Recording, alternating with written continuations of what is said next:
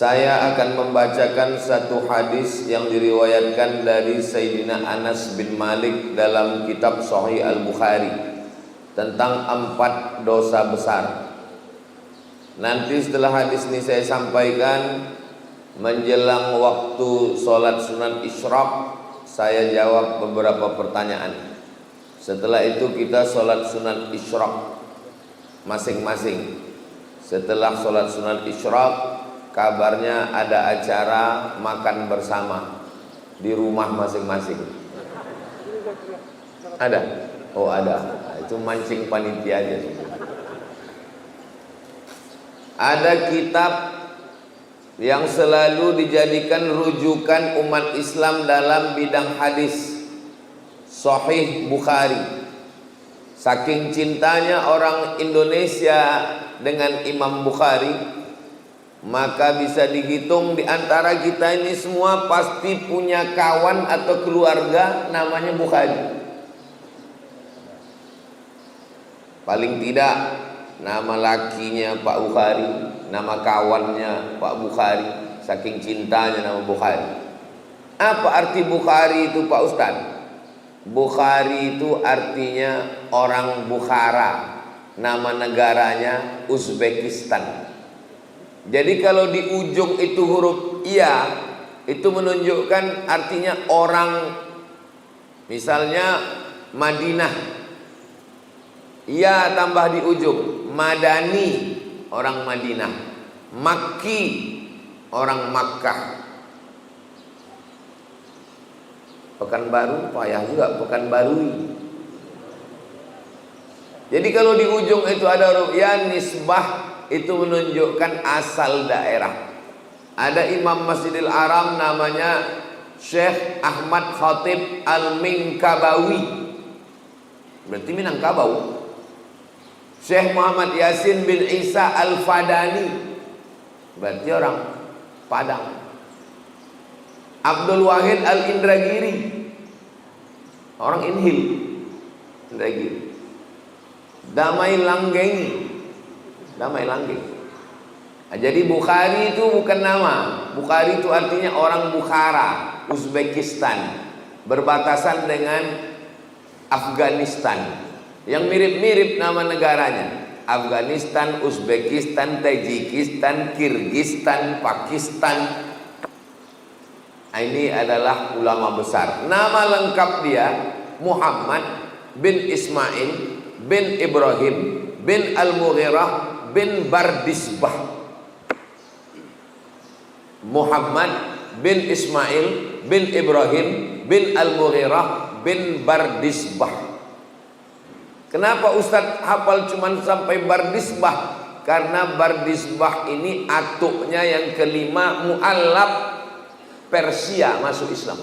Dia bukan orang Arab. Jadi kalau ada orang mengatakan, saya ini Pak Ustadz tak bisa bahasa Arab, tak paham Quran karena bukan orang Arab. Imam Bukhari pun bukan orang Arab. Tapi ada yang bilang katanya Ustadz Somad orang Arab. Arab cemas, Arab maklum. Jadi Imam Bukhari ini orang Persia, atuknya mu'allab. Lalu kemudian umur 16 tahun dia pergi ke kota Makkah Al-Mukarramah melaksanakan ibadah haji. Lalu kemudian dari kota Makkah dia pergi ke kota Al-Madinah Al-Munawwarah, ziarah ke makam Nabi Muhammad SAW. Ketika sedang ziarah itu, sedang di Madinah, dia bermimpi berjumpa dengan Nabi Muhammad SAW.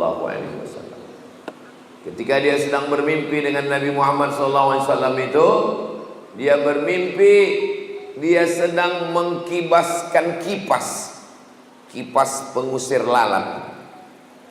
Lalu setelah dia terbangun, ditengok kitab takwil, makna mimpinya itu mengkibaskan kipas menghalau lalat, artinya bahwa dia membersihkan ajaran Islam dari hadis-hadis palsu. Karena lalat ini membawa bakteri kotor, najis. Maka mengkibaskan kipas menghalau lalat artinya menghilangkan hadis-hadis palsu dari ajaran Islam. dan memang akhirnya dia menulis kitab yang isinya sahih semua. Itulah dia dikenal dengan kitab Sahih Al-Bukhari. Kenapa disebut sahih? Karena isi dalam kitab Sahih Bukhari itu tidak ada hadis dhaif, tidak ada hadis palsu, semuanya hadis sahih. Memangnya ada hadis itu yang palsu Pak Ustaz? Ada. Kasih contoh hadis palsu. Al-Bazinjan Syifa'un min kulli da'. Terong obat dari segala macam penyakit. Itu hadis palsu. Siapa yang membuat? Tukang jual terong. Biar terong itu laku. Tapi tidak semua hadis tentang makanan itu palsu. Habbatus sauda syifa'un min kulli da'. Habbah sauda, biji-biji hitam, sekarang sudah banyak dijual dalam bentuk minyak, dalam bentuk kapsul, obat dari segala macam penyakit. Itu hadis sahih. Alaikum bisyifa'aini, hendaklah kamu berobat dengan dua obat penyembuh, al-asal, madu. Hadis tentang madu ada yang sahih, ada yang dhaif, tapi tidak palsu. Jadi tentang hadis sahih, palsu, dhaif itu kita mesti serahkan kepada para ulama. Yang paling mudah kalau beli kitab hadis, tengok di bawah statusnya hadis sahih. Berapa status hadis? 4. Yang paling tinggi sahih, di bawah sahih hasan, di bawah hasan dhaif, di bawah dhaif maudhu. Contoh hadis dhaif, Allahumma barik lana fima razaqtana wa qina azabannar. Dhaif.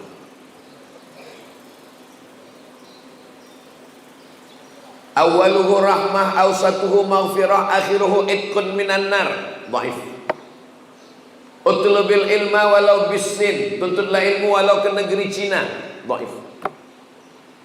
Masalah rupanya hadis dhaif ini. Kata Imam Nawawi, ajma'al ulama'u ala jawazil amali bil hadis dhaif. Ulama sepakat boleh mengamalkan hadis dhaif.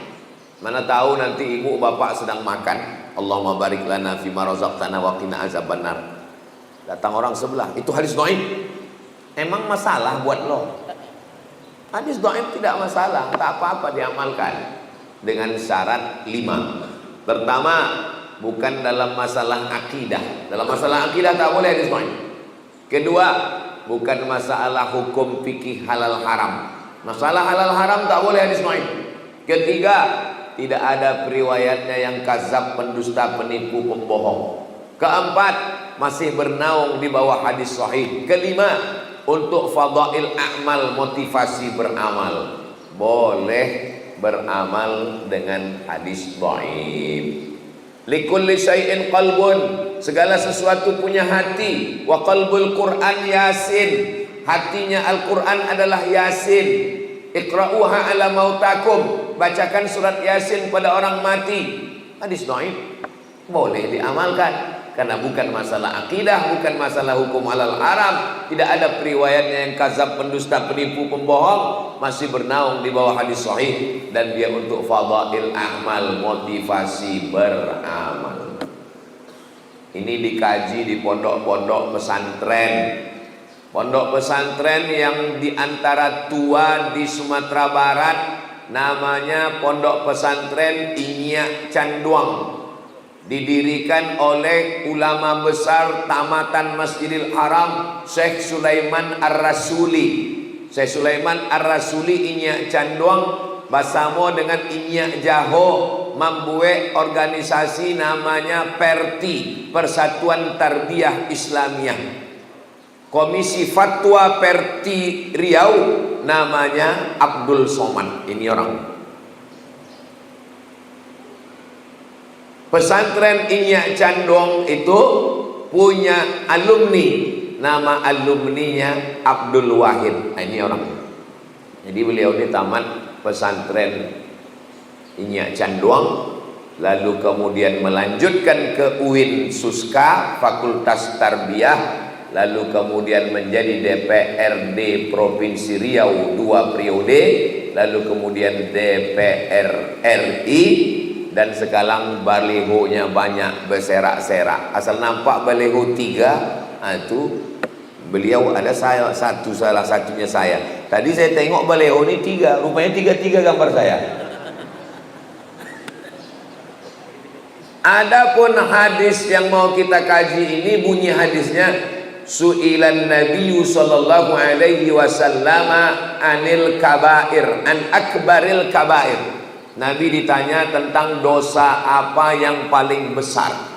Ada dosa besar, ada dosa kecil, ada dosa besar, ada dosa terbesar di antara dosa besar.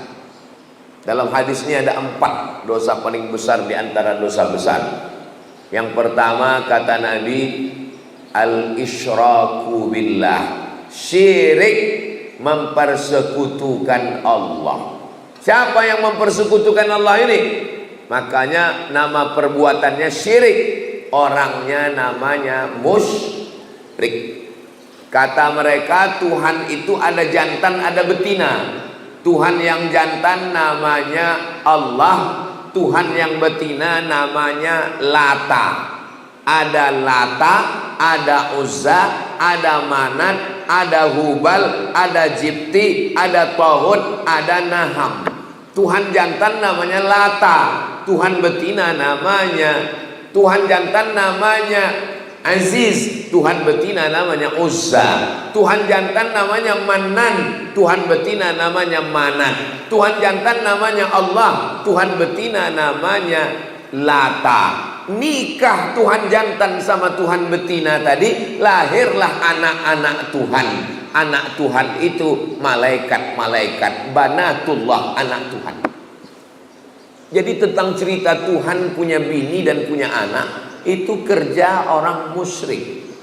Dari mana pemikiran Tuhan berbini beranak ini? Ini datang dari budaya Yunani kuno. Ada Tuhan jantan namanya Zeus, yang sekarang sudah masuk dalam game online dan judi online. Zeus ini punya bini Tuhan. Lalu lahirlah anaknya laki-laki, turun dari langit ke bumi. Nama anaknya itu Hercules, anak Zeus. Bini Zeus mati, kemudian Zeus berbini lagi. Bininya yang kedua ini jahat, kejam, memusuhi Hercules. Itulah setan. Jadi kalau ada bini jahat berarti tak ada, saya bilang begitu. Jadi mitologi namanya. Ketika datang Nabi Muhammad SAW, ajarannya yang pertama adalah jangan syirik. Makanya kalau orang mau masuk Islam, dia mesti bisa mengesampingkan ini semua. Ajaran pertama dalam Islam, la ilaha. Kau jangan menyembah pokok kayu. Menyembah pokok kayu itu syirik, karena menduakan Allah. Kita diajarkan 17 kali sehari semalam, iyyaka na'budu wa iyyaka nasta'in. Ini sekarang banyak orang iyyaka na'budu wa dukun nasta'in. Kenapa berdukun itu syirik? Karena dukun-dukun berkawan sama setan. Dukun mintanya ke setan. Saya tak percaya Pak Ustaz dukun itu mintanya ke setan. Buka Quran juz 29. Ada satu surat namanya surat Al-Jin. Kenapa surat Al-Jin? Bapak dengarkan aja pengajian.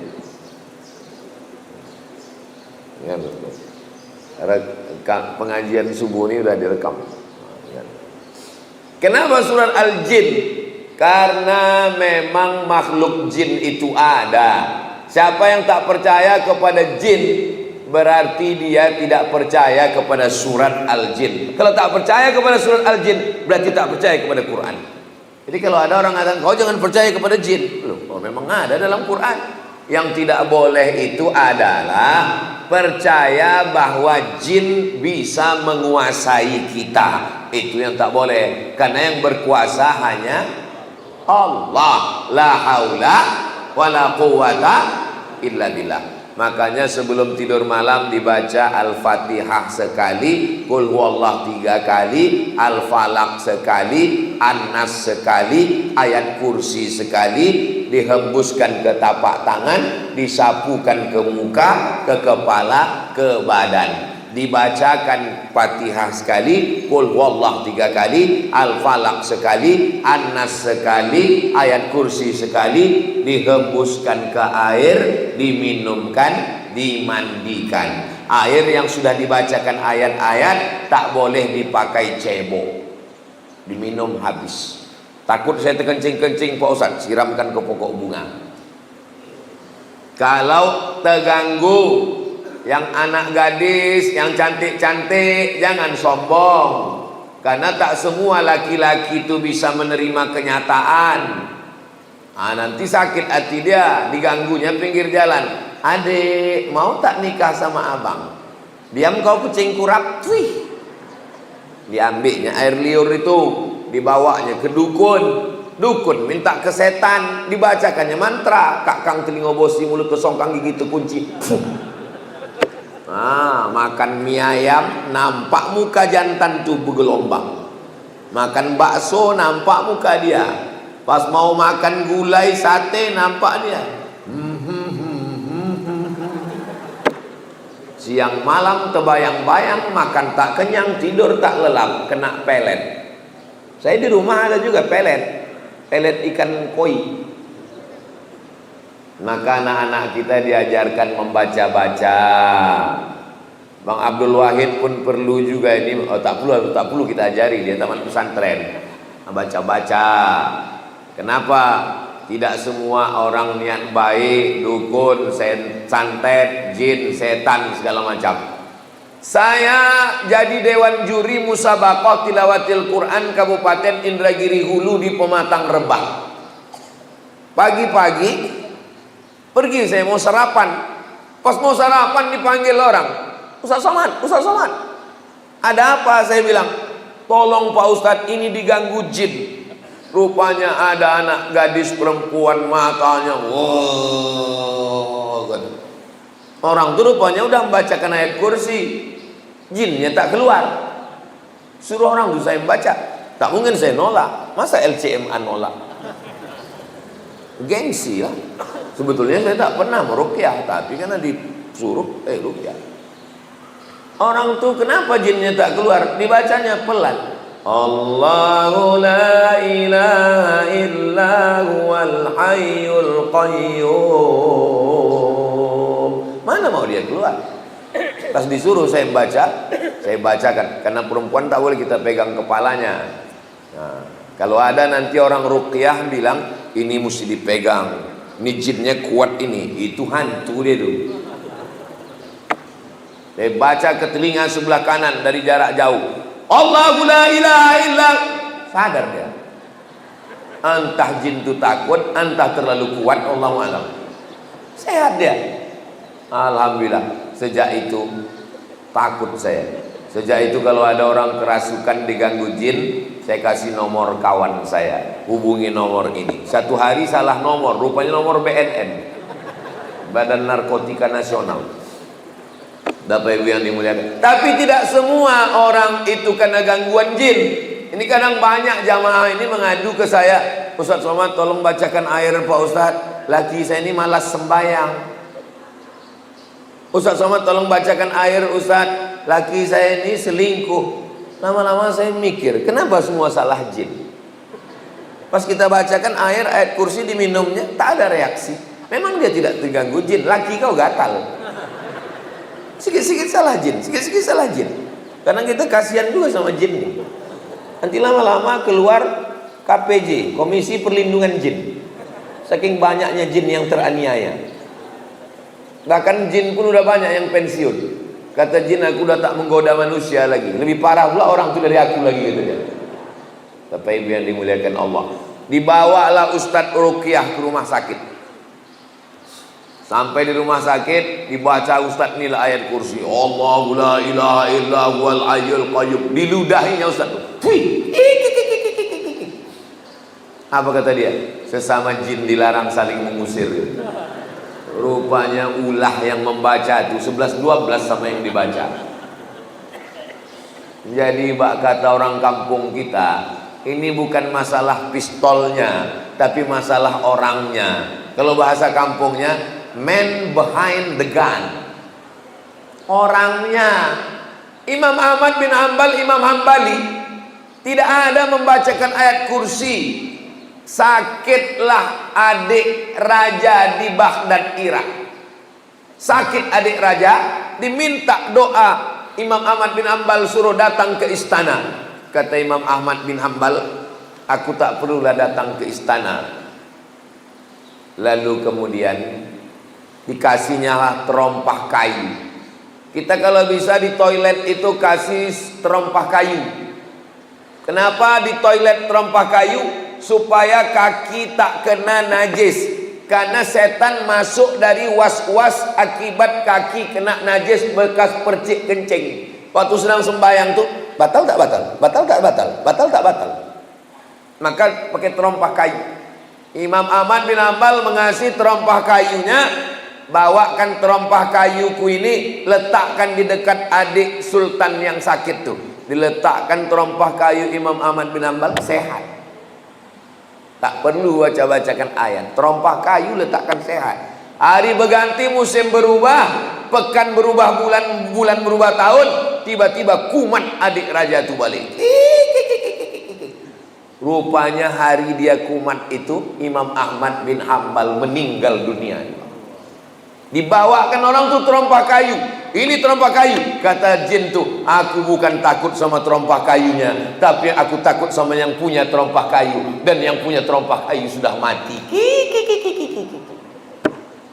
Jadi rupanya kalau kuat iman kita, belum lagi kita bacakan ayat itu, setan itu sudah lagi ligah pugah, lintang pukang tunggang langgang. Kalau menengok dari jamaah subuh Masjid Syuhada ini nampaknya orang-orang yang ditakuti setan semuanya. Tapi nggak tahu juga lah ya. Mudah-mudahan kita selamat dari syirik, insya Allah. Amin. Jangan katakan orang kafir musyrik Makkah itu tidak beribadah. Orang Makkah musyrik Abu Jahal, Abu Lahab itu rajin beribadah. Waktu Nabi membersihkan Masjidil Haram, berapa jumlah Tuhan? 360 Tuhan dalam bentuk patung berhala, perak, emas, perunggu, besi, kayu. Bahkan ada patung Tuhan itu yang terbuat dari tepung gandum. Tepung gandum dicampur minyak samin, minyak sapi, diadon, dibuat gambar Tuhan besar, disembah mereka. Pas perutnya lapar, dicuilnya Tuhan tuh. Mohon maaf Tuhan, lapar kali perutku, makan. Itu maka mereka disebut dengan jahil. Kenapa jahil? Karena tidak mengenal Tuhan.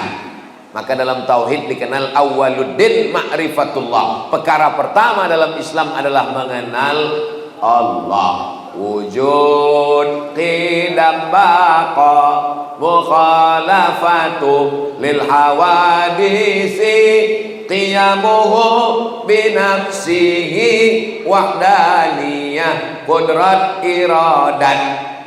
Tapi dakwah pengajian ke kampung-kampung tak sampai. Jangankan ke kampung, ke Palas aja tak sampai. Mohon maaf Ustadz Somad, tolonglah kirim Ustadz-Ustadz ke Palas nih Pak Ustadz. Tak sampai Ustadz Ikmi, Ustadz MDI dari Pekanbaru Pak Ustadz. Gas motor tuh cuman sampai di jembatan Leton. Asal sampai Leton mati mesin. Itulah maka Ustadz Al-Nokdinar membuka pesantren di Palas. Alhamdulillah anak-anak tahfiz Quran itu yang jadi imam. Saya tak sanggup berdakwah masuk kampung ke kampung. Yang kami masuk cuman Bagan Benio, Talang Mama, Talang Perigi, Talang Jerinjing. Itu yang kami cuman sanggup masuk. Yang bisa mengirim dai-dai ke pedalaman Riau ini adalah gubernur. Kalau terpilihlah gubernur yang peduli pesantren, tamat pesantren, peduli dakwah, dikirimnya lah dai-dai ke pedalaman, insya Allah. Mudah-mudahan terpilihlah orang yang peduli kepada dakwah, insya Allah. Amin. Tapi kami bingung Pak Ustadz, banyak kali balego-balego sekarang. Kalau tuan sholat Jumat jangan lupa bawa kain. Kalau udah ada yang ada gambar Ustadz Somad, jangan lagi ke yang lain. Jelas? Kalau tuan pergi ke Palas, jangan lupa membawa kawan. Kalau ada yang bilang tak jelas, memang dia belum sarapan. Yang kedua, apa itu dosa besar? Uququl walidain, durhaka kepada orang tua. Tahu Bapak Maradona? Maradona ditanya, siapalah orang yang paling kau idolakan Maradona? Kata Maradona, ayahku melepuh keringatnya mencari makan untuk aku. Lalu kemudian dia balik ke rumah. Ayah Maradona itu kuli. Balik dia ke rumah, dia bilang, kami tanya, ayah dari mana? Aku dari jalan-jalan tadi, kata dia. Karena dia ingin menyenangkan hati kami. Dibelikannya aku bola. Dialah yang pertama kali membelikan aku bola, menyuruh aku ke lapangan bola. Tak layak aku membanggakan orang lain, sementara ayahku yang sudah berpeluh keringat darah air mata membelikan bola untuk aku. Jadi Maradona itu mungkin akidahnya tak sama dengan kita, tapi pasal kepada orang tua, dia termasuk orang yang berbakti kepada orang tua. Saya tidak mengajak Bapak Ibu suka sama Maradona, tak sukanya tak apa-apa. Kita bebas, kita demokrasi kok. Tapi jangan caci maki, sumpah serapah, ejek mengejek, bully membuli. Begitu juga dalam hal masalah pilkada ini. Jangan, beda biasa. Tapi jangan caci maki, sumpah serapah. Kalaupun ngejek, hati-hati juga. Ini survei kan udah 35%. Susah mengejarnya. Kalaupun ngejek, ya sekedarnya aja lah. Susah nanti memperbaiki hubungan kita. Saudaraku yang dimuliakan Allah Subhanahu wa taala. Jadi masalah orang tua, mudah-mudahan anak-anak kita ini semua anak-anak yang berbakti kepada orang tua, insyaallah. Amin.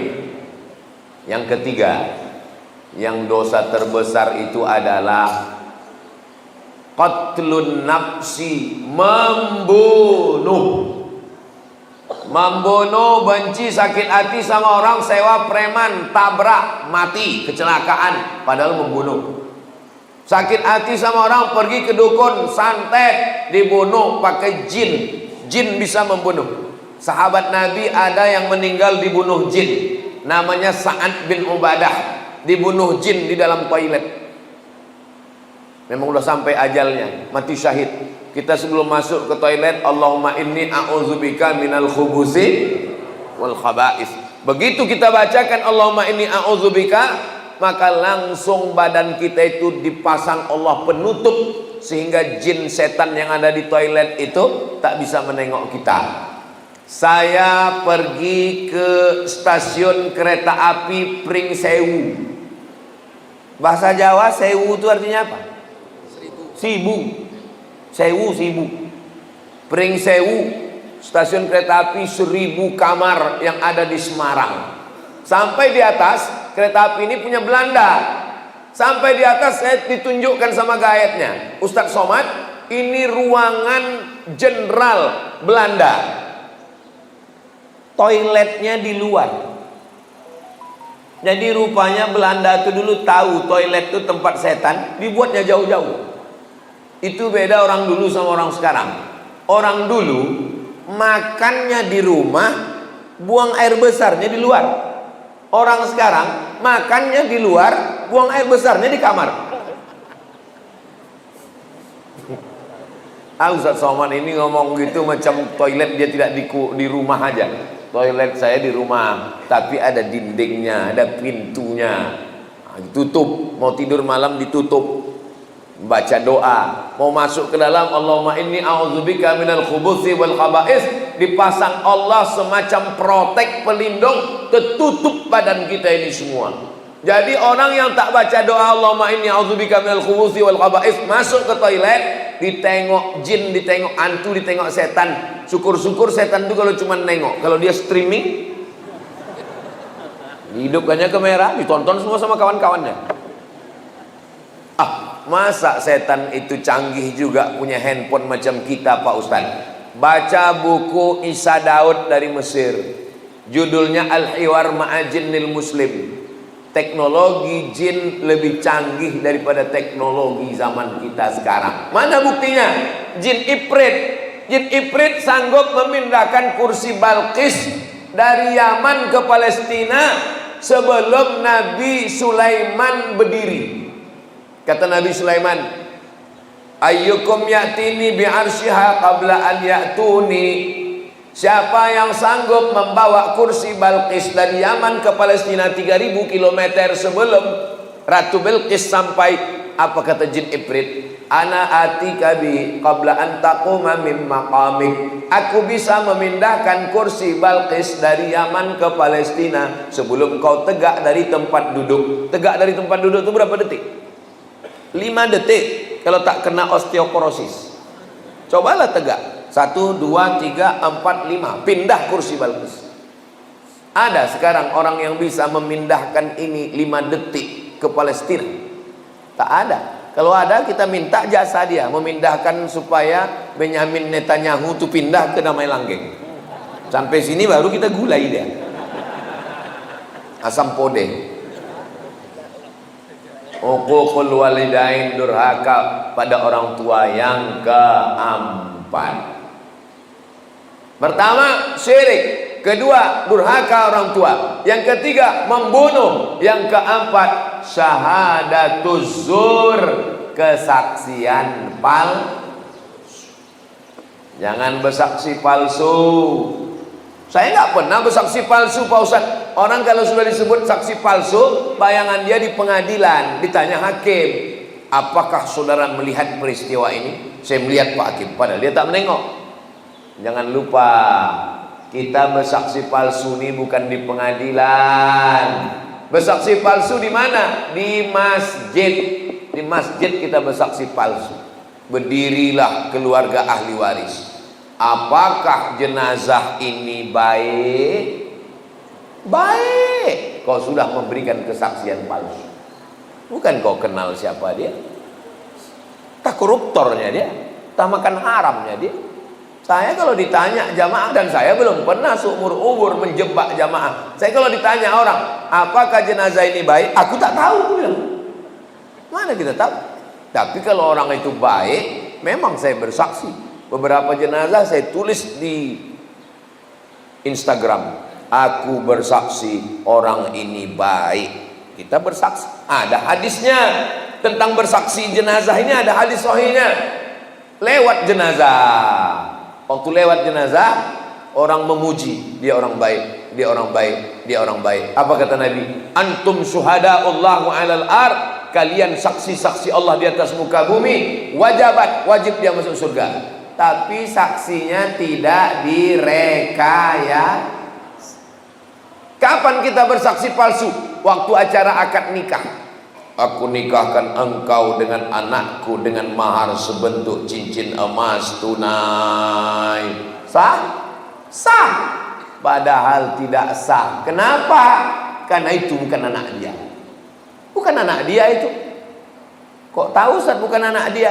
Nikahnya Januari, lahirnya Mei. Mana ada hamil 5 bulan? 9 bulan 10 hari baru lahir. Kenapa pula nikah Januari, lahir Mei? Pas ditanya berapa bulan lahir? 5 bulan. Kok cepat kali? Ini edisi minimalis.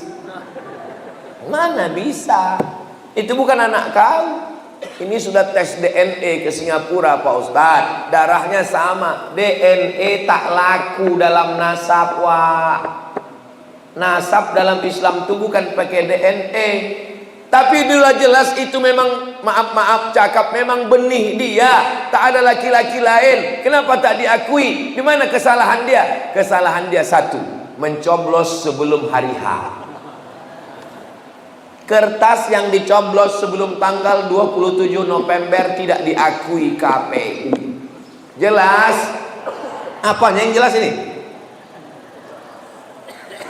Jelas nasab tadi tak diakui karena dia sudah ada sebelum akad nikah. Jangan nikahkan anak yang hamil. Malu. Dulu di Pinang tak dikasih. Datang orang meminang baik-baik tak dikasih, muncul niat jahatnya. Tanam pinang rapat-rapat supaya puyuh tak dapat lari. Sudah kupinang tak dapat-dapat, aku bawa ku hotel, ku hamili, kata dia. Nauzubillah, nauzubillah. Banyak orang tua sekarang lebih mau makan di daun daripada makan di pinggan.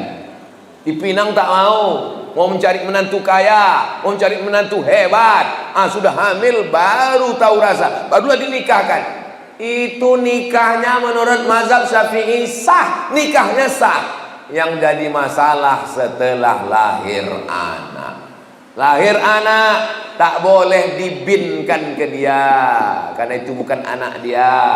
Lahir anak, mati si bapak, anak ini tak dapat hak waris karena mereka tak ada hubungan nasab. Lahir anak laki-laki, setelah itu lahir adiknya perempuan. Ini si abang anak pertama ini tak bisa jadi wali bagi adiknya, karena mereka dianggap saudara seamak, bukan saudara seayah. Meninggal tak dapat warisan. Menikah, kebetulan anak hasil coblos sebelum hari H tadi, anak itu perempuan 25 tahun umurnya, cantik, dipinang orang. Tak bisa kau walikan, Pak. Itu bukan anakmu.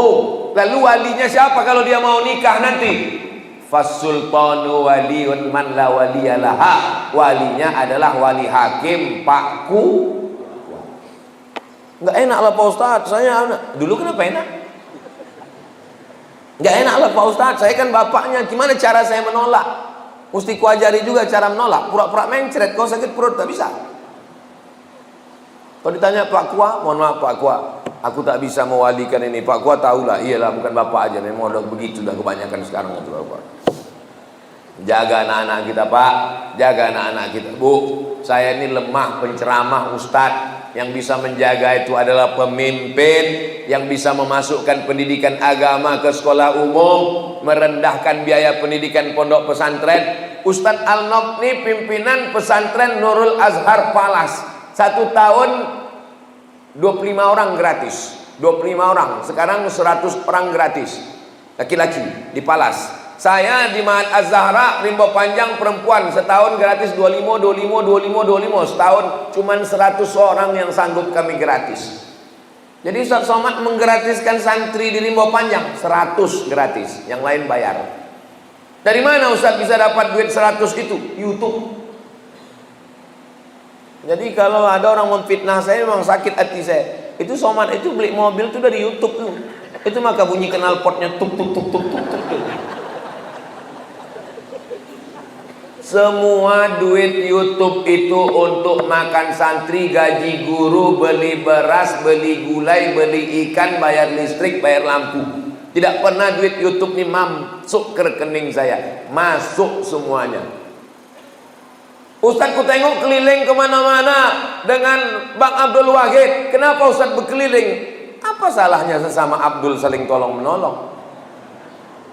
Ini jangan-jangan Ustadz dapat duit banyak ini Pak Ustadz. Tanya Ustadz Al-Nob. Kita punya program 20 jam. Hari Sabtu, hari Jumat Sabtu. Jumat Sabtu bulan Oktober, Jumat Sabtu bulan November. Semua duit yang masuk diserahkan untuk makan santri, gaji guru. Ini perlu saya jelaskan di tempat yang suci ini. Supaya apa? Jangan ada dusta di antara kita. Bapak Ibu yang dimuliakan Allah, jelas? Rasanya jelas. Tak terasa waktu ini berlalu. Sudah habis waktu sholat sunat isyraq masuk. Padahal tadi saya bilang jawab pertanyaan. Rupanya kalau kita ceramah di tempat orang yang hatinya bersih itu, tak terasa waktu itu berlalu. Saya pernah ceramah di tempat orang yang hatinya suntuk, lama kali terasa tausiah. Kapan itu Pak Ustaz? Waktu acara buka bersama. Oh gini loh orang tuh. Selesai tausiah, mohon maaf Pak Ustaz, saya mohon maaf Bapak Ibu, saya tadi waktu tausiah itu lama kali saya rasa, saya bilang. Kata jamaah itu kami yang mendengar lebih lama lagi Pak Ustaz.